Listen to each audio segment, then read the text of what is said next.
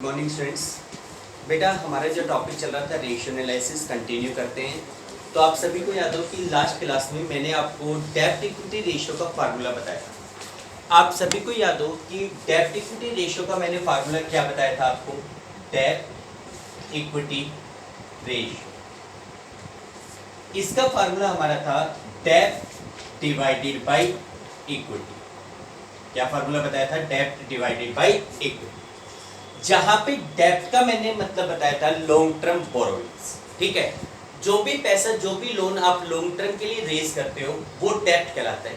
डेब्ट में दो आइटम शामिल होते हैं, एक आइटम होता है लॉन्ग टर्म बोरोइंग्स और दूसरा आइटम होता है लॉन्ग टर्म प्रोविजन। जो भी प्रोविजन आप लॉन्ग टर्म के लिए बनाते हो। और इक्विटी का मतलब होता है शेयर होल्डर फंड, जिसमें equity share capital, preference share capital, reserve and, surplus, ये सारे इंक्लूड होते हैं। ठीक है, इसका जो आइडियल रेशियो है दैट वाज 2:1। तो आप देखो इसी से रिलेटेड हम कुछ क्वेश्चंस करने जा रहे हैं। जैसे इलस्ट्रेशन नंबर 27 है।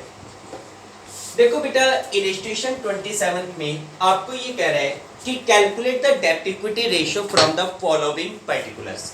जो इंफॉर्मेशंस आपको दी गई है उनकी सहायता से डेब्ट इक्विटी रेशियो निकालो। और फिर लास्ट में ये भी कह रहा है कि भाई what conclusion do you draw about the company on the basis of this ratio. इस रेशियो के बिहाफ के ऊपर आप कंपनी की सिचुएशन के बारे में क्या कहोगे कि भाई कंपनी इस समय सेटिस्फैक्टरी सिचुएशन में है या कंपनी के लिए जो सिचुएशन है दैट इज डेंजरस। किस प्रकार की सिचुएशन है वो भी आप बताओगे। तो देखो सबसे पहला काम तो है आपका डेब्ट इक्विटी रेशियो को निकालना। पहले तो आप फार्मूला लिखेंगे डेब्ट equity ratio is equal to debt divided by equity। आपको पता है डेब्ट इक्विटी रेशियो का आपका फार्मूला होता है डेब्ट डिवाइडेड बाय इक्विटी, जिसमें दो चीजें शामिल होती है, एक तो होता है डेब्ट, एक होता है इक्विटी। अब दोनों को फाइंड आउट करो। तो देखो आपके पास इंफॉर्मेशन में क्या क्या गिवन है, शेयर कैपिटल है, रिजर्वेंट सरप्लस है, लॉन्ग टर्म बोरोविंग्स है, लॉन्ग टर्म प्रोविजन है, current liability, non current assets और करंट एसेट्स, ये 7 आइटम्स आपको गिवन है। तो देखो इसमें से जो शेयर कैपिटल और रिजर्वेंट सरप्लस है ये दोनों मिलकर क्या कहलाते हैं? इक्विटी कहलाते हैं। तो देखो सबसे पहले तो आप इक्विटी को फाइंड आउट कर लो। Equity is equal to, equity किसके इक्विवेलेंट हो गई? Share capital plus reserve and surplus. Share capital plus में रिजर्वेंट सरप्लस। देखो शेयर कैपिटल हमारे पास कितने की गिवन है? शेयर कैपिटल है 2,50,000। रिजर्वेंट सरप्लस हमारे पास है 1,10,000। तो इस हिसाब से इक्विटी हमारे पास हो गई 3,60,000। इक्विटी कितने की हो गई? 360 की। इसके बाद दूसरा आइटम आपको चाहिए डेब्ट। सेकंड आइटम आपको चाहिए डेब्ट। डेब्ट का मतलब क्या होता है? देखो डेब्ट में जो दो चीजें शामिल होती है, लॉन्ग टर्म बोरोविंग्स और लॉन्ग टर्म प्रोविजन। तो इसने दोनों को इसी नाम से दिया हुआ है। आगे आपको दिया हुआ है लॉन्ग टर्म बोरोविंग्स और लॉन्ग टर्म प्रोविजन, दोनों को ऐड करेंगे, दोनों आपके लिए क्या कहलाएंगे? डेब्ट कहलाएंगे। Long term borrowings plus long term provision, plus में लॉन्ग टर्म प्रोविजन, दोनों मिलकर क्या कहलाएंगे? डेब्ट कहलाएंगे। अब इसमें जो लॉन्ग टर्म बोरोविंग है that is 1,20,000 and long term provision is 50,000। तो इस हिसाब से आपके पास जो डेब्ट है वो 170 का हो गया। डेब्ट कितने का हो गया? 1,70,000। दोनों चीजें आपने फाइंड आउट कर ली। नाउ डेब्ट इक्विटी रेशियो कितना हो जाएगा? नाउ डेब्ट इक्विटी रेशियो, फार्मूला आपने ऊपर लिखा है डेब्ट डिवाइडेड बाय इक्विटी। डेब्ट आपके पास है 1,70,000 का, इक्विटी आपके पास है 3,60,000 की। इनकी कटिंग करो, 17 को 36 से डिवाइड कर लेना। बेटा जब 17 को 36 से डिवाइड करोगे तो 0.47 रेशियो 1 आएगा। कितना आएगा? 0.47 रेशियो 1। यानी कि आपका जो डेब्ट इक्विटी रेशियो है वो 0.47 रेशियो 1 है। कितना है? 0.47 रेशियो 1। ठीक है, ये तो आपका डेब्ट इक्विटी रेशियो हो गया। अब इसने पूछा था कि भाई कंपनी की सिचुएशंस के ऊपर कमेंट कीजिए कि कंपनी की सिचुएशन कैसी है। आपको पता है कि इस प्रकार का जो रेशियो होता है वो कंपनी के लॉन्ग टर्म सॉल्वेंसी पोजीशन को कैलकुलेट करने के पर्पज से निकाला जाता है। इस रेशियो को निकालने का पर्पज होता है कि ये जानना कि whether a company is capable to make the payment of its long term liabilities on time और नॉट, यानी कि कंपनी अपनी लॉन्ग टर्म लायबिलिटीज को टाइमली पे कर पाएगी या नहीं कर पाएगी, इसको जानने के लिए डेब्ट इक्विटी रेशियो निकाला जाता है। अब आप देखो कि इसका जो आइडियल रेशियो मैंने बताया था वो 2:1 है। 2:1 या उससे कम होना चाहिए, तो फिलहाल ये 2:1 से कम है, ठीक है। तो इसका मतलब ये हुआ कि जो लॉन्ग टर्म सोल्वेंसी कंडीशंस है कंपनी की वो सेटिस्फैक्टरी है। तो आप इसमें क्या लिखेंगे कि सिंस डेब्ट equity ratio is less than its ideal ratio, therefore long term solvency condition of the company is good, यानी कि कंपनी की जो लॉन्ग टर्म सोल्वेंसी कंडीशन है वो अच्छी है, सेटिस्फैक्टरी है। क्लियर? नेक्स्ट देखो बेटा, इलस्ट्रेशन 28। देखो इस 28 क्वेश्चन में कह रहा है कि कैलकुलेट द डेब्ट equity ratio from the following information. इसमें भी वही डेब्ट इक्विटी रेशियो निकालना है जिसका फार्मूला होता है डेब्ट डिवाइडेड बाय इक्विटी। तो देखो इसमें इंफॉर्मेशन में क्या क्या है, equity share capital, preference share capital, journal reserve, security premium, profit and loss. तो देखो equity share capital, preference share capital ये दोनों कहलाते हैं शेयर कैपिटल जो इक्विटी में आएगा। Journal reserve, security premium, P&L ये दोनों ये सारे किस में आते हैं, रिजर्व एंड सरप्लस में। तो इन सबको ऐड कर दोगे, ये तो आपके पास हो गई इक्विटी। और debenture, loan from bank, current liability. Current liability को डेब्ट में इंक्लूड नहीं करते, डेब्ट का मतलब होता है लॉन्ग टर्म लायबिलिटी।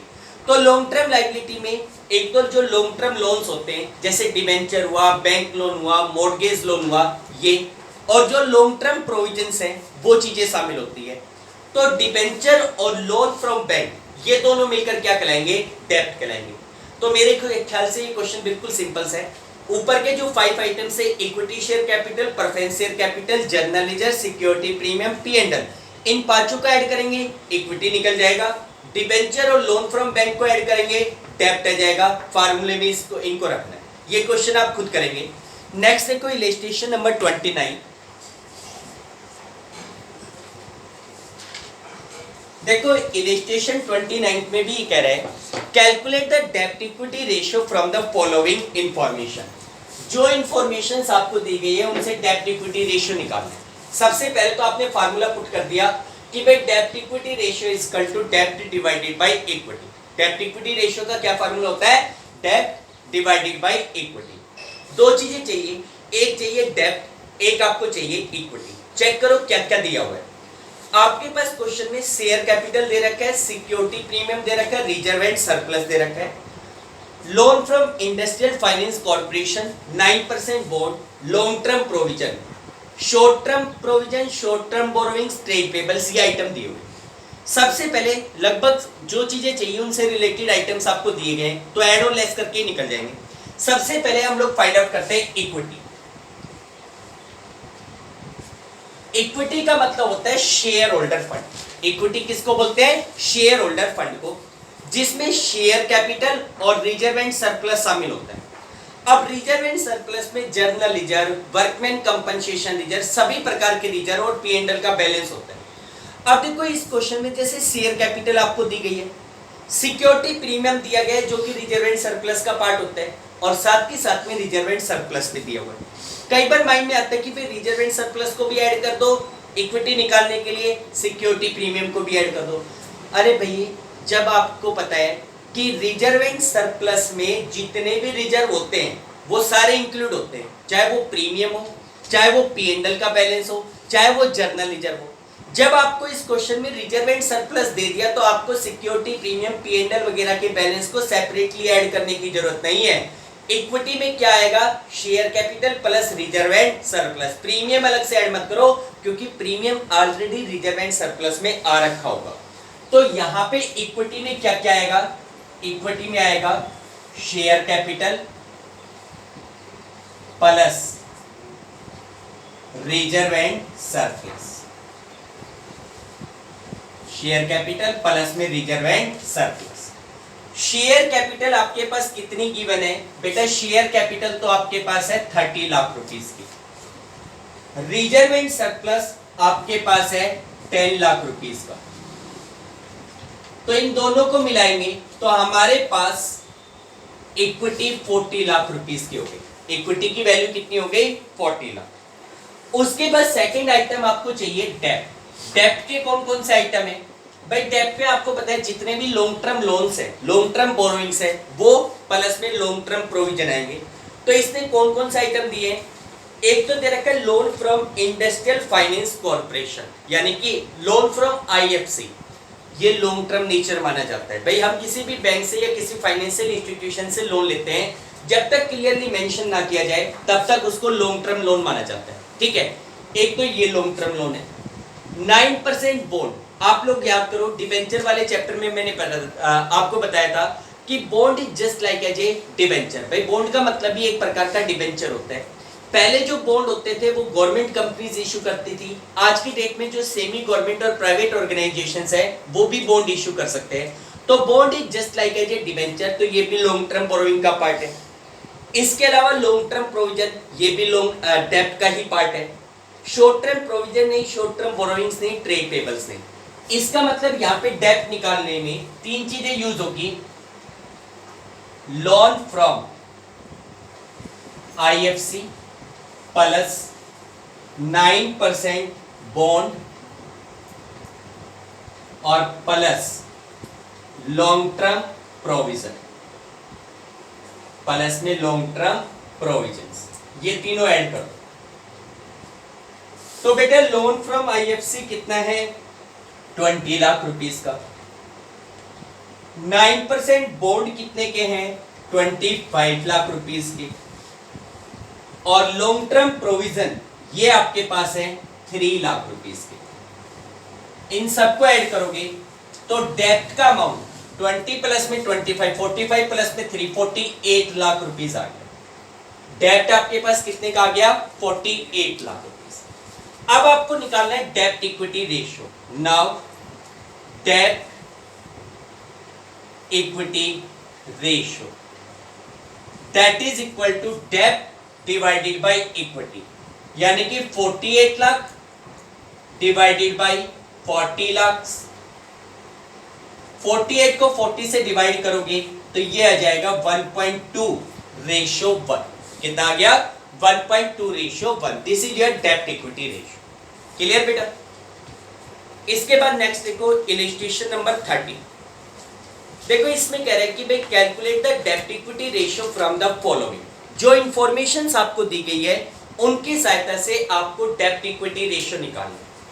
अब देखो डेप्ट इक्विटी रेशियो का फार्मूला तो हमारा सेम है भाई। जैसे इस क्वेश्चन में भी अगर डेप्ट इक्विटी रेशियो निकालना है, फार्मूला तो हमारा सेम होगा। पहले आपने जैसे इलस्ट्रेशन 30 में फार्मूला लिख दिया कि भाई डेप्ट equity ratio is equal to dept divided by equity. आपने फार्मूला लिख दिया डेप्ट equity ratio is equal to dept divided by equity. अब हमें दो चीजें चाहिए। एक तो चाहिए हमें डेप्ट, सेकंड हमें क्या चाहिए? इक्विटी, ठीक है। अब इसने इंफॉर्मेशन में क्या दिया है? Land and building, plant and machine, intangible assets, inventory, trade receivable, trade payable और लॉन्ग टर्म बोरोइंग्स।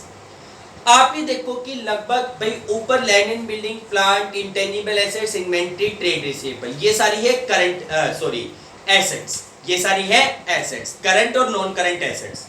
फिर दे रखा है ट्रेड पेबल जो कि करंट लायबिलिटी है, और long term borrowings. Long term borrowings क्या कहलाएगा? डेप्ट कहलाएगा। भाई डेप्ट में दो चीजें शामिल होती है, लॉन्ग टर्म बोरोइंग्स प्लस में लॉन्ग टर्म प्रोविजन। चलो इस क्वेश्चन में प्रोविजन नहीं है तो कोई बात नहीं, नहीं भी हो सकता, कोई दिक्कत नहीं है।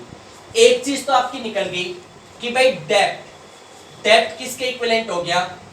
लॉन्ग टर्म बोरोइंग के इक्विवेलेंट। डेप्ट किसके इक्विवेलेंट हो गया? लॉन्ग टर्म बोरोइंग, जो कि कितनी थी भाई? लॉन्ग टर्म बोरोइंग आपके पास 12 लाख है, तो डेप्ट कितना हो गया? 12 लाख रुपीस हो गया। एक चीज तो निकल गई। दूसरा आपको इक्विटी निकालनी।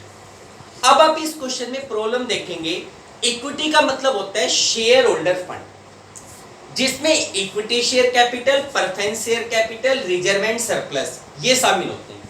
ना तो इस क्वेश्चन में इक्विटी शेयर कैपिटल गिवन है, ना इस क्वेश्चन में प्रेफरेंस शेयर कैपिटल गिवन है, ना इस क्वेश्चन में कोई रिजर्व एंड सरप्लस का बैलेंस गिवन है।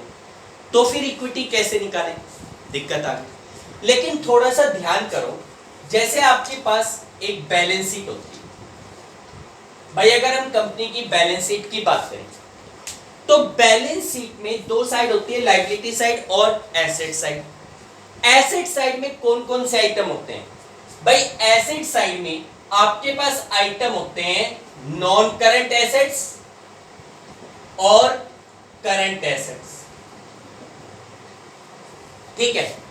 और लायबिलिटी साइड में तीन आइटम होते हैं, एक होता है शेयर होल्डर फंड, एक होता है नॉन करंट लायबिलिटी और करंट लायबिलिटी। यहां पे भी टोटल और यहां पे भी टोटल, ठीक है। आपको इस क्वेश्चन में शेयर होल्डर फंड, इक्विटी यानी कि शेयर होल्डर फंड निकालना, लेकिन यहां पे कुछ भी गिवन नहीं है, शेयर होल्डर फंड से रिलेटेड कोई आइटम गिवन नहीं है। कोई बात नहीं, दूसरे तरीके से निकल सकता है एसेट साइड से। कैसे भाई? आपको पता है कि इन दोनों का जो टोटल होगा भाई, नॉन करंट एसेट्स और करंट एसेट्स मिलके टोटल आएगा, और जो यहां का टोटल आएगा वही टोटल यहां का आएगा, ठीक है, वही टोटल यहां का आएगा। अगर मैं इस टोटल में से ये दोनों आइटम हटा दूं, क्या क्या, नॉन करंट लायबिलिटी और करंट लायबिलिटी, तो काम हो सकता है। यानी कि कहने का मतलब नॉन करंट एसेट्स प्लस में current assets minus current liability minus में नॉन करंट लायबिलिटी, तो ये सारा किसके इक्विवेलेंट आएगा? इक्विटी के बराबर आएगा। इस टोटल में से भाई इन दोनों का टोटल आता है, ये टोटल होता है भाई, इन दोनों का ऐड करते हैं, ये टोटल आ गया। जितना यहाँ का टोटल उतना ही टोटल यहाँ का, और उस टोटल में से मैं अगर ये हटा दूं तो क्या बचेगा? शेयर होल्डर फंड यानी कि इक्विटी बचता है, ठीक है। एक तरीके से हम ये कह सकते हैं कि इक्विटी को निकालने का ये वाला फार्मूला हो गया कि non current assets plus current assets minus current liability और माइनस नॉन करंट लायबिलिटी, ठीक है ना भाई? This total plus this total, इन दोनों के टोटल में से इन दोनों को माइनस कर दो, ये बचेगा, बचेगा नहीं बचेगा? अच्छा एक चीज और देखो, कई बार क्या होगा कि क्वेश्चन में आपको कंफ्यूज करने के लिए हर तरीके अडॉप्ट किए जाएंगे, तो एक और फार्मूला बन रहा है। आपको पता है current assets minus current liability किसके इक्विवेलेंट होती है? Current assets minus current liability को क्या कहा जाता है? Working capital. तो कुछ बुक्स में ऐसे भी फार्मूला यूज किया जाता है, non current assets plus working capital minus non current liability. ये वाला फार्मूला यूज करके भी इक्विटी को निकाला जा सकता है। अब चेक करो कि क्या क्वेश्चन में ये सारी चीजें हैं? बिल्कुल है, चेक करो भाई। नॉन करंट एसेट्स क्वेश्चन में गिवन है, कौन कौन सी नॉन करंट एसेट्स है? नॉन करंट जो लॉन्ग टर्म के लिए होती है, land and building non current है, plant and machine non current है, इंटेंजिबल एसेट्स नॉन करंट है। इन तीनों को ऐड करोगे नॉन करंट एसेट्स। इन्वेंट्री और ट्रेड रिसीवेबल ये दोनों क्या है? Current assets. फिर ट्रेड पेबल्स वो क्या है? करंट लायबिलिटी है। और लॉन्ग टर्म बोरोविंग्स क्या है? Non current liability. चारों आइटम्स आपके पास है, तो पहले उनको निकाल लो। पहले आप निकालो non current assets, non current assets. इसमें कौन कौन सी एसेट्स है भाई? नॉन करंट एसेट्स के रूप में आपके पास है, एक तो है land and building plus plant and machine, plant and machinery, और प्लस इंटेंजिबल एसेट्स दे रखे हैं। इंटेंजिबल एसेट्स में कौन सी एसेट्स होती है? गुडविल, पेटेंट्स, कॉपीराइट एक्सेट्रा, सारी की सारी नॉन करंट होती है। तो इंटेंजिबल एसेट्स है तो वो केवल नॉन करंट होती है, इसलिए उसको नॉन करंट में ऐड करो, इंटेंजिबल एसेट्स। ये तीनों नॉन करंट है। तो नॉन करंट एसेट्स कितनी हो गई बेटा? लैंड एंड बिल्डिंग था 15 लाख रुपीस के, प्लांट एंड मशीन है 6 लाख रुपीस, इंटेंजिबल एसेट्स है 1 लाख रुपीस। इन तीनों को ऐड करोगे कितना आ गया?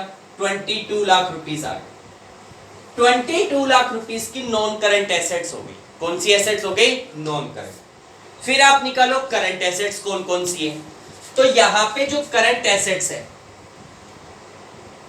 करंट एसेट्स, उसमें क्या क्या शामिल होगा?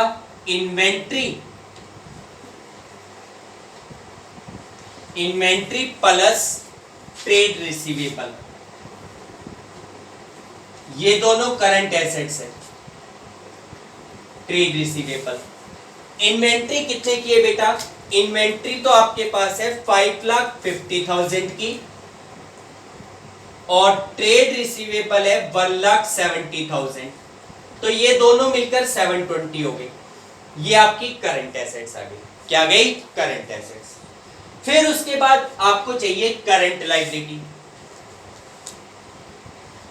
करंट लायबिलिटी, करंट लायबिलिटी के रूप में इस क्वेश्चन में एक ही आइटम दिया हुआ है, ट्रेड पेबल्स। कितने का? ट्रेड पेबल्स आपके पास है 1,20,000। This is your current liability, ये आपकी करंट लायबिलिटी आ गई। उसके बाद non current liability, non current liability. बेटा नॉन करंट लायबिलिटी के रूप में आपके पास एक आइटम था लॉन्ग टर्म बोरोइंग। कितने का था long term borrowing? Long term borrowing था 12 लाख। चारों चीजें आपने निकाली, ठीक है। अब आपको इन चारों से क्या निकालना है? इक्विटी निकालना है। तो आप यहां पे फॉर्मूला यूज करेंगे, now equity is equal to, now equity is equal to, short में लिख रहा हूं बेटा, non current assets plus current assets minus current liability minus में नॉन करंट लायबिलिटी, ठीक है। नॉन करंट एसेट्स कितने की आई थी? 22 लाख रुपीस की। करंट एसेट्स आपके पास थी 720 की, माइनस करंट लायबिलिटी थी 120, और नॉन करंट लायबिलिटी आपके पास है 12 लाख रुपीस। तो इस हिसाब से इक्विटी कितने की होगी? 22 प्लस में 720, 29,20,000। उसमें से 120 माइनस करो, 28 लाख। 28 लाख में से 12 लाख और माइनस कर दो, कितना बच गया? 16 लाख। तो इक्विटी आपके पास कितने की हो गई? 16 लाख रुपीस की हो गई। इक्विटी कितने की हो गई? 16 लाख रुपीस। देयरफॉर डेब्ट इक्विटी रेशियो, डेब्ट equity ratio is equal to डेब्ट ओवर इक्विटी, वो ऊपर आपने लिख दिया था। डेब्ट कितना आया था? 12 लाख। इक्विटी कितनी निकली है? 16 लाख रुपीस। तो इस हिसाब से 3/4 यानी कि 0.75 रेशियो 1। आपका जो डेब्ट इक्विटी रेशियो है वो कितना आ गया? 0.75 रेशियो 1। दिस इज योर डेब्ट इक्विटी रेशियो। क्लियर बेटा? ठीक। नेक्स्ट देखो बेटा, इलस्ट्रेशन नंबर 31, इसमें भी कह रहे कि भाई कैलकुलेट द डेब्ट equity ratio from the following information. अब आपको डेब्ट इक्विटी रेशियो निकालना है, जिसका फार्मूला डेब्ट ओवर इक्विटी है। दो चीजें चाहिए, एक तो चाहिए डेब्ट और एक चाहिए इक्विटी। क्वेश्चन में आपको इंफॉर्मेशन दी गई है टोटल एसेट्स, टोटल डेब्ट और करंट लायबिलिटी। ना तो डेब्ट दे रखा ना इक्विटी दे रखा, लेकिन निकल सकता है। इसलिए कैसे भाई? टोटल डेब्ट का मतलब क्या होता है? लॉन्ग टर्म डेब्ट प्लस में शॉर्ट टर्म डेब्ट, और आपको चाहिए क्या? लॉन्ग टर्म डेब्ट। तो अगर मैं टोटल डेब्ट में से करंट लायबिलिटी को माइनस कर दूं, भाई टोटल में से करंट को हटा दो, क्या बचेगा? नॉन करंट बचेगा। टोटल में से अगर हम करंट को हटा दें तो क्या बचेगा? नॉन करंट लायबिलिटी यानी कि डेब्ट बचेगा। तो एक तो आपका डेब्ट निकल जाएगा, टोटल डेब्ट माइनस में करंट लायबिलिटी। दूसरा आपको चाहिए इक्विटी। अब ये वाला देखो फार्मूला क्या था? Non current assets plus current assets, ये दोनों मिलकर क्या होती है? Total assets. करंट लायबिलिटी और नॉन करंट लायबिलिटी ये दोनों मिलकर क्या कहलाते हैं? टोटल डेब्ट कहलाते हैं। अगर मैं टोटल एसेट्स में से टोटल डेब्ट को हटा दूं, क्या बचेगा? इक्विटी बचेगा। भाई टोटल डेब्ट में से, टोटल एसेट्स में से टोटल डेब्ट को माइनस कर दो, ये दोनों टोटल डेब्ट ही तो हुए।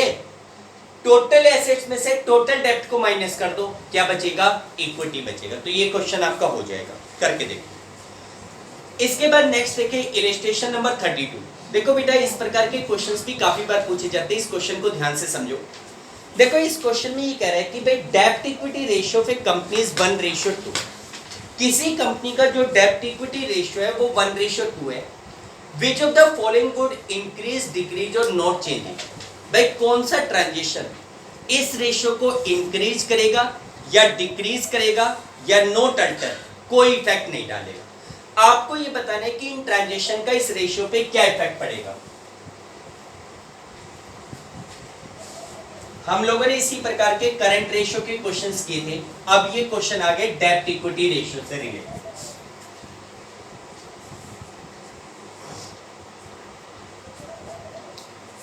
देखो बेटा आपके पास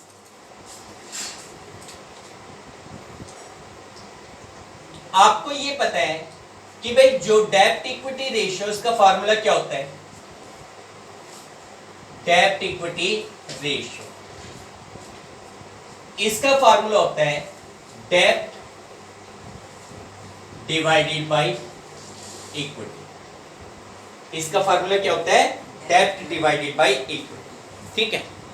अब देखो ये कह रहा है कि भाई कंपनी ये कहती है कि जो डेप्ट इक्विटी रेशियो है वो हमारा 1:2। ठीक है।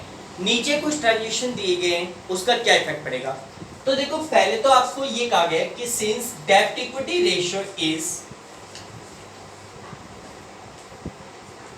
since debt equity ratio is 1:2। भाई क्योंकि कंपनी का जो डेप्ट इक्विटी रेशियो है वो 1:2 दिया हुआ। 1:2 का मतलब क्या हुआ? देखो अभी तक तो हमने पढ़ा था 2:1 या 3:1, पीछे 1 होना चाहिए, इसमें आगे 1 दे रखा। 1:2 का मतलब होता है 1/2, जिसको आप एग्जैक्ट फॉर्म में 0.5:1 लिख सकते हैं। क्या लिख सकते हैं? 0.5:1। भाई 1:2 का मतलब होता है 1/2, जिसका मतलब हो गया 0.5:1। लेकिन चलो वो तो बाद की बात है। फिलहाल डेप्ट इक्विटी रेशियो का मतलब होता है डेप्ट ओवर इक्विटी, और रेशियो क्योंकि 1:2 दे रखा है, इसका मतलब ये हुआ कि अगर हमारा डेप्ट 1 है तो इक्विटी क्या है? 2 है।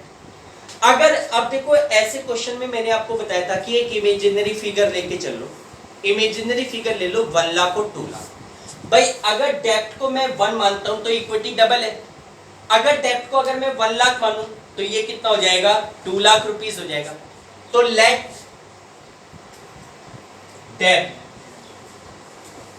Is equal to 1 lakh, therefore equity कितने की हो जाएगी? 2 लाख रुपीस की हो जाएगी। एज्यूम कर लिया। अब आपके पास नीचे कुछ ट्रांजेक्शन दे रखे, ये कह रहे हैं कि इन ट्रांजेक्शन का डेप्ट इक्विटी रेशियो पे क्या इफेक्ट पड़ेगा। तो देखो इसने सबसे पहला पॉइंट दिया हुआ है repayment of long term borrowing of ₹40,000। भाई हमारे पास कोई 40,000 की लॉन्ग टर्म बोरोविंग्स है, आपने कोई पैसा उधार ले रखा है, उसकी आपने रीपेमेंट कर दी। तो फर्स्ट पॉइंट में कह रहे हैं repayment of long term borrowings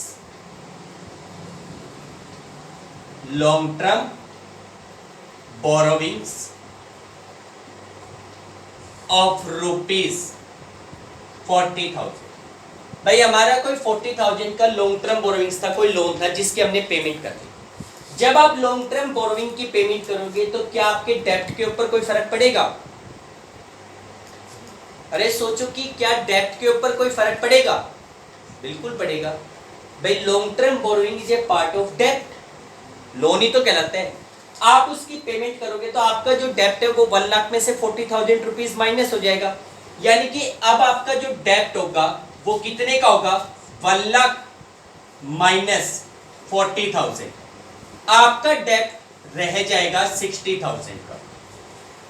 इसी प्रकार क्या इक्विटी के ऊपर भी कोई फर्क पड़ेगा? इक्विटी यानी कि शेयर होल्डर फंड, क्या कोई शेयर कैपिटल कम ज्यादा होगी? नहीं। क्या कोई रिजर्व एंड सरप्लस कम ज्यादा होगा? नहीं।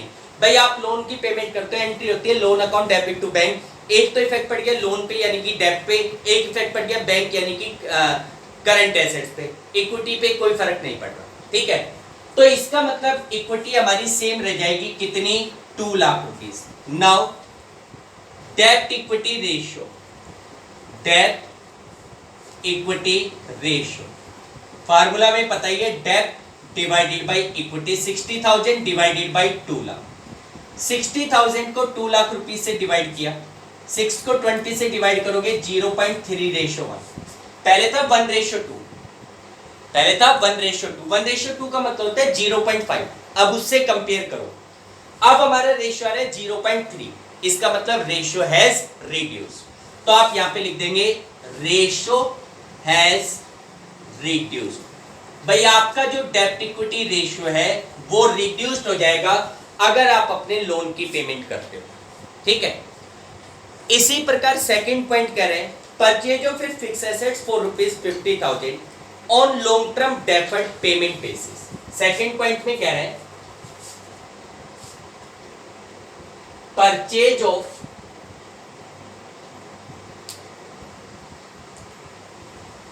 Fixed assets, purchase of fixed assets on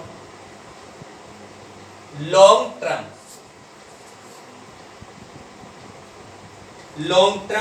deferred payment basis,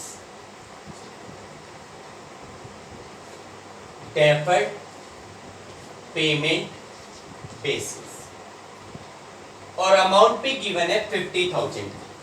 भाई हमने 50,000 रुपीज की कोई फिक्स एसेट्स खरीदी, लाइक बिल्डिंग, मशीन, फर्नीचर, कोई भी फिक्स एसेट्स हमने खरीदी long term deferred payment basis. Long term deferred payment का मतलब होता है, देखो पेमेंट को डेफर्ड करने का मतलब होता है पेमेंट को पोस्टपोन कर देना, स्थगित कर देना। जैसे हम किसी, कोई बंदा हमारे पैसा मांगते हैं, हमने उसको डेफर्ड कर दिया कल आना, इट इज कॉल्ड पेमेंट को डेफर्ड करना। अब वो पेमेंट डेफर्ड की गई है लॉन्ग टर्म के लिए, यानी कि हमने जो फिक्स एसेट्स खरीदी है we will make its payment after a long time period, ठीक है। 1 साल, 2 साल, 3 साल का टाइम पीरियड ले लिया तो उसको कहते हैं लॉन्ग टर्म डेफर्ड पेमेंट।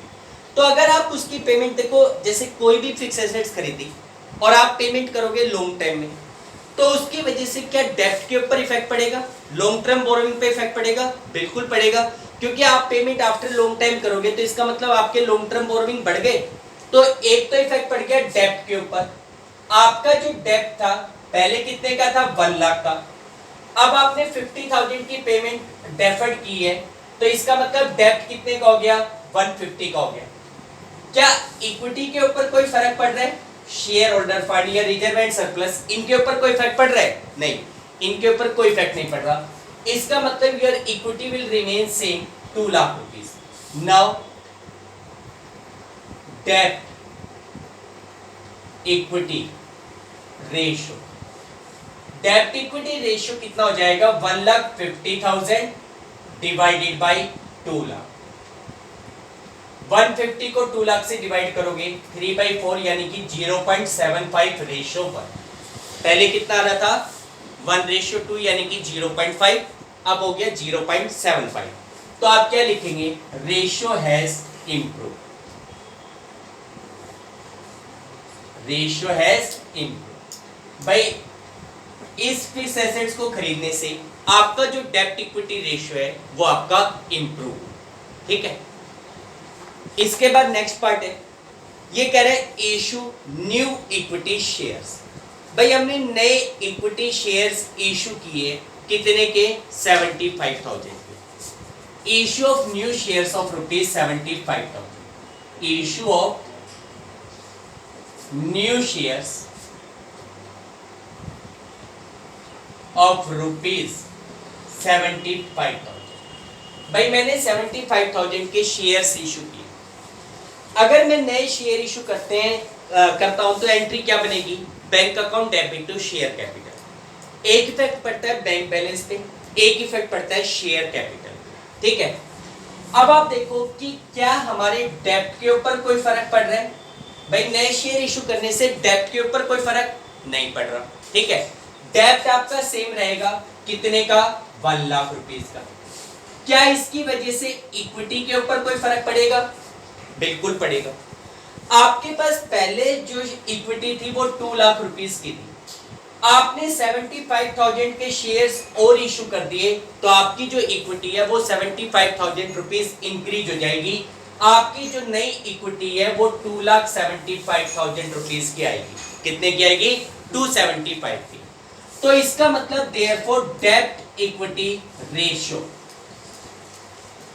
डेब्ट equity ratio 1 lakh divided by 275, 25 से डिवाइड करो 4/11, 4 को 11 से डिवाइड करोगे 0.36 रेशियो 1। कितना आ गया? 0.36 रेशियो 1। पहले कितना रहा था? 0.5। तो ये रेशियो क्या हो गया? रिड्यूस हो गया। तो आप लिख देंगे ratio as reduced. Payment of dividend payable, भाई जो डिविडेंड पेबल था उसकी आपने पेमेंट कर दी। डिविडेंड पेबल का मतलब आपने अपने शेयर होल्डर को डिविडेंड डिक्लेयर किया था, आपने उस डिविडेंड की पेमेंट कर दी। एंट्री होती है dividend payable account debit to bank account. ठीक है, payment of dividend payable orally बता रहा हूं। जैसे अगर हम डिविडेंड पेबल की पेमेंट करते हैं तो एक तरफ तो हमारी करंट लायबिलिटी कम होगी और एक तरफ बैंक बैलेंस शीट कम होगा। नो इम्पैक्ट ऑन डेब्ट, no impact on equity, ratio will remain same. Ratio आपका क्या रहेगा? सेम रहेगा। करके देख सकते। गुड्स परचेज ऑन क्रेडिट, उधार में गुड्स खरीदी, क्या एंट्री होती है? Purchase account debit to creditor. एक तरफ बिजनेस में स्टॉक बढ़ेगा, एक तरफ बिजनेस में क्रेडिटर बढ़ेगा। क्या डेब्ट के ऊपर कोई इफेक्ट पड़ेगा? नहीं, क्योंकि डेब्ट का मतलब होता है long term borrowing. No impact on डेब्ट, no impact on equity, ratio will remain unchange. और लास्ट पॉइंट है पेमेंट टू ट्रेड पेबल्स। भाई आपका कोई ट्रेड पेबल्स है, लाइक क्रेडिटर है, आपने उसकी पेमेंट कर दी। अगर हम ट्रेड पेबल्स की पेमेंट करते हैं तो एंट्री होती है trade payable account debit to cash. एक तरफ करंट लायबिलिटी कम होगी, एक तरफ कैश बैलेंस कम होगा। नो इम्पैक्ट ऑन डेब्ट, नो इम्पैक्ट ऑन इक्विटी, डेब्ट equity ratio will remain same. ठीक है बेटा, तो ये पॉइंट अपनी तरफ से करके देखना। ठीक है, इसका जो नेक्स्ट क्वेश्चन है वो भी इसी प्रकार का क्वेश्चन है। उस क्वेश्चन को आप लोग कोशिश कीजिए, कुछ उसमें 2-3 नए पॉइंट्स हैं, वो पॉइंट हम लोग कल डिस्कस करेंगे। आज के लिए इतने ही कीजिए। Okay, thank you, have a nice day.